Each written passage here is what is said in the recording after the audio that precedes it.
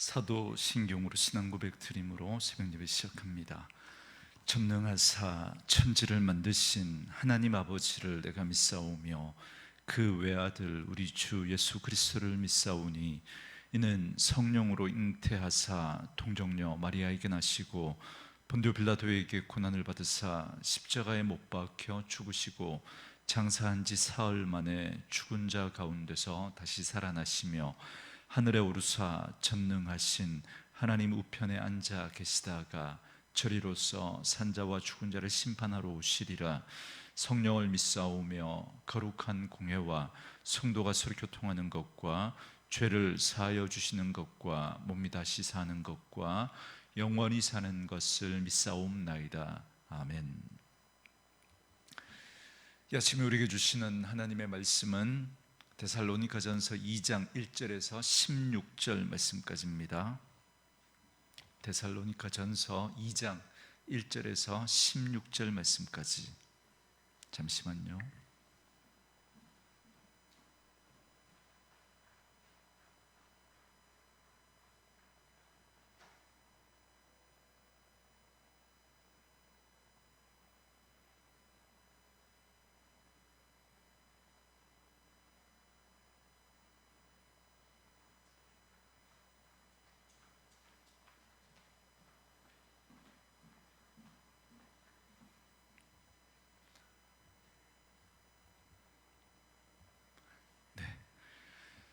우리 말씀 찾으셨으면 한 목소리로 같이 읽습니다.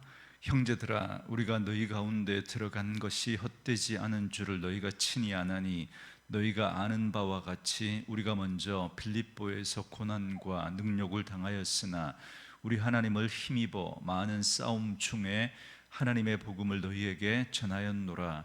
우리의 권면은 간사함이나 부정함에서 난 것이 아니요 속임수로 하는 것도 아니라 오직 하나님께 옳게 여기심을 입어 복음을 위탁받았으니 우리가 이와 같이 말함은 사람을 기쁘게 하려 함이 아니요 오직 우리 마음을 감찰하시는 하나님을 기쁘시게 하려 함이라. 너희도 알거니와 우리가 아무 때에도 아첨하는 말이나 탐심에 탈을 쓰지 아니한 것을 하나님이 증언하시느니라. 또한 우리는 너희에게서든지 다른 이에게서든지 사람에게서는 영광을 구하지 아니하였노라. 우리는 그리스도의 사도로서 마땅히 권위를 주장할 수 있으나 도리어 너희 가운데서 유순한 자가 되어 유모가 자기 자녀를 기름과 같이 하였으니 우리가 이같이 너희를 사모하여 하나님의 복음뿐 아니라 우리의 목숨까지도 너희에게 주기를 기뻐함은 너희가 우리의 사랑하는 자 됨이라. 형제들아, 우리의 수고와 애쓴 것을 너희가 기억하리니 너희 아무에게도 폐를 끼치지 아니하려고 밤낮으로 일하면서 너희에게 하나님의 복음을 전하였노라. 우리가 너희 믿는 자들을 향하여 어떻게 거룩하고 옳고 흠없이 행하였는지에 대하여 너희가 증인이요 하나님도 그러하시도다. 너희도 아는 바와 같이 우리가 너희 각 사람에게 아버지가 자기 자녀에게 하듯 권면하고 위로하고 경계하노니 이는 너희를 부르사 자기 나라와 영광에 이르게 하시는 하나님께 합당히 행하게 하려 함이라. 이러므로 우리가 하나님께 끊임없이 감사함은 너희가 우리에게 들은 바 하나님의 말씀을 받을 때 사람의 말로 받지 아니하고 하나님의 말씀으로 받음이니 진실로 그러하도다. 이 말씀이 또한 너희 믿는 자 가운데에서 역사하느니라. 형제들아, 너희가 그리스도 예수 안에서 유대에 있는 하나님의 교회를 본받은 자 되었으니 그들이 유대인에게 고난을 받음과 같이 너희도 너희 동족에게서 동일한 고난을 받았느니라. 유대인은 주 예수와 선지자들을 죽이고 우리를 쫓아내고 하나님을 기쁘시게 하지 아니하고 모든 사람에게 대적이 되어 우리가 이방인에게 말하여 구원받게 함을 그들이 금하여 자기 죄를 항상 채우매 노하심이 끝까지 그들에게 임하였느니라. 아멘. 네, 지금 또 카메라가 또 문제네요. 잠시만요.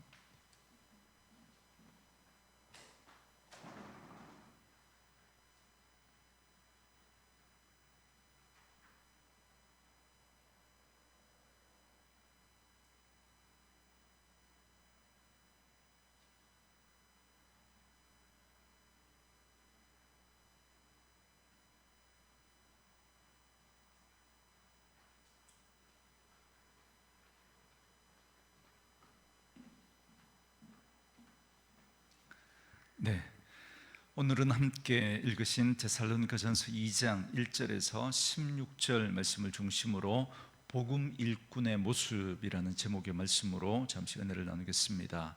사도 바울은 이 편지의 도입부에서 데살로니가 교인들의 믿음을 칭찬하고 격려했습니다. 그들은 바울이 전해준 복음을 능력과 성령과 큰 확신으로 받아 마게도냐와 아가야 지방에 있는 모든 믿는 자의 본이 되었습니다. 오늘 본문은 이제 데살로니가 전서의 본론부가 시작되는 말씀인데요, 바울은 먼저 자신이 데살로니카에서 복음을 전하게 된 경위에 대해서 말씀합니다. 이는 1장 9절에서 이미 말한 것처럼 각처에 퍼진 데살로니가 교회에 대한 소문의 내용 가운데 하나이기도 합니다. 먼저 1절에 보시면, 형제들아, 우리가 너희 가운데 들어간 것이 헛되지 않은 줄을 너희가 친히 아나니, 그럽니다. 바울은 복음을 위한 수고가 결코 헛되지 않아서 데살로니가 교인들이 헛되지 않다라는 걸 데살로니가 교인들이 친히 아는 바다, 그럽니다. 그러니까 오늘 본문 1절부터 12절의 내용은 데살로니가 교인들이 익히 잘 아는 내용이라는 겁니다. 그렇다면 그 내용이 무엇인지, 자 2절부터 보시면, 먼저 바울은 빌립보에서 당한 고난과 능욕을 데살로니가 교인들이 안다, 그럽니다.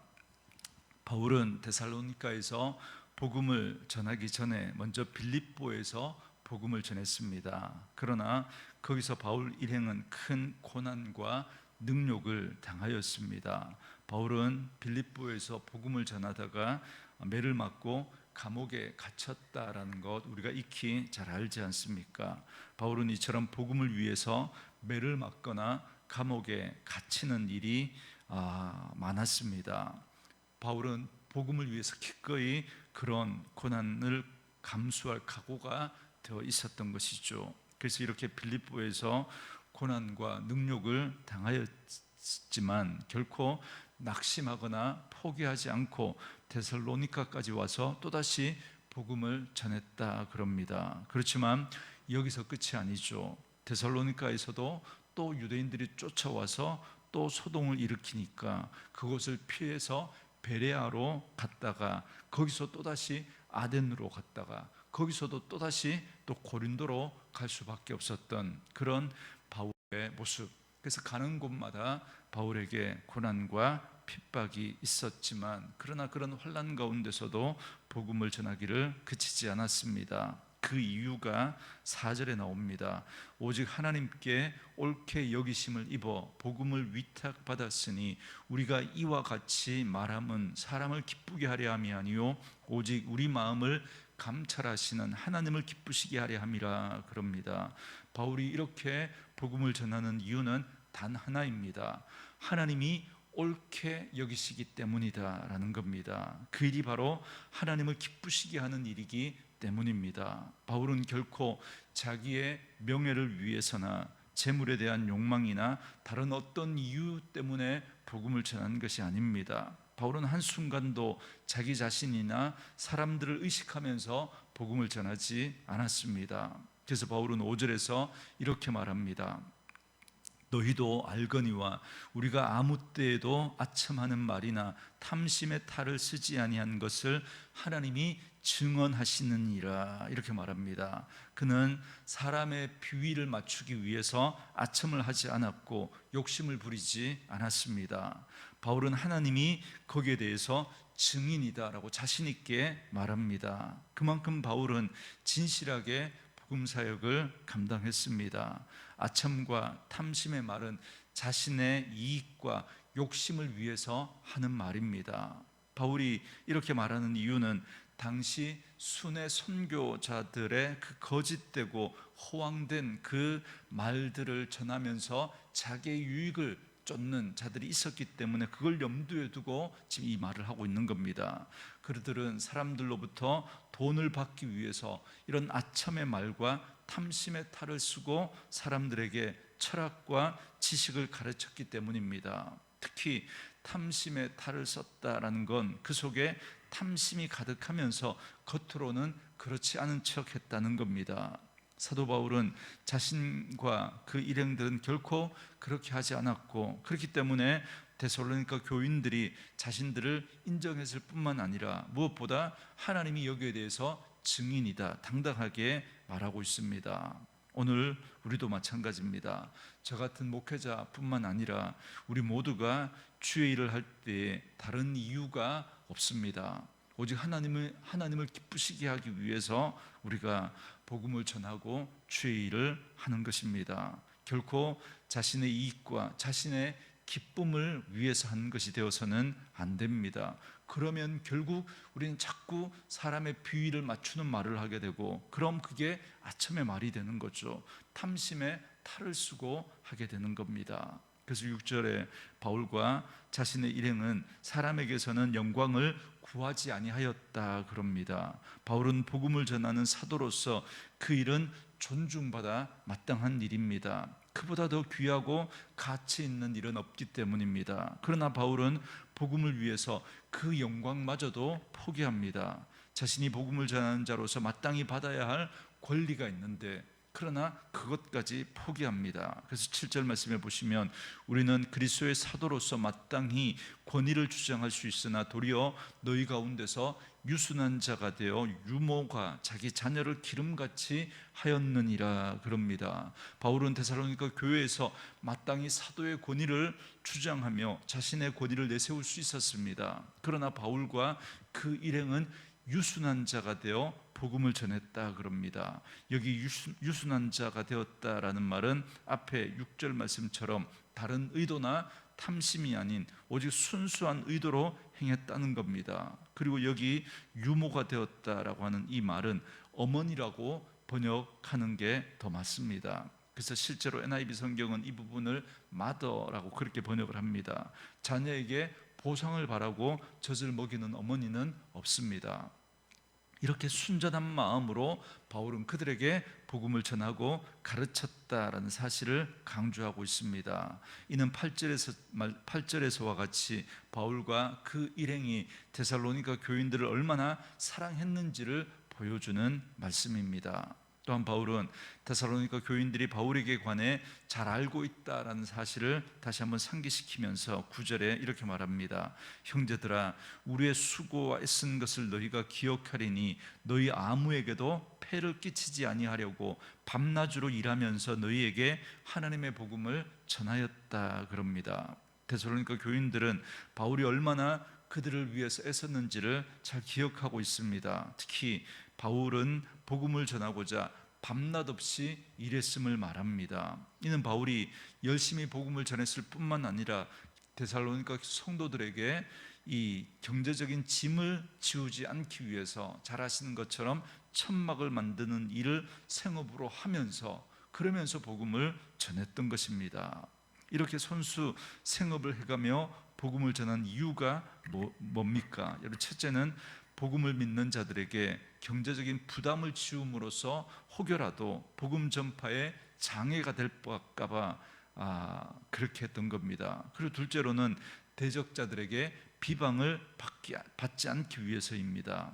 5절 말씀처럼 단지 돈을 벌기 위해서 순회 선교사들처럼 돈 벌기 위해서 복음을 전한다는 그런 오해를 받거나 그렇게 하지 않기 위해서 직접 일을 하면서 마땅히 복음을 전하는 그 일에 대한 대가를 요구할 수 있었지만 그렇게 하지 않았던 겁니다. 이렇게 바울은 자신이 순전하게 복음을 전했고 데살로니가 교인과 하나님이 바로 그 일의 증인이다라고 말하고 있습니다. 그리고 바울은 아버지가 자녀를 사랑하듯이 그 마음을 가지고 데살로니가 교인들을 대했고 가르쳤습니다. 그래서 12절에 보시면, 이는 너희를 부르사 자기 나라와 영광에 이르게 하시는 하나님께 합당히 행하게 하려 함이다 그럽니다. 바울은 이처럼 데살로니가 교인들을 위해서 사랑과 수고와 헌신을 하며 복음을 전했습니다. 이는 그들이 하나님 나라 백성으로 하나님 앞에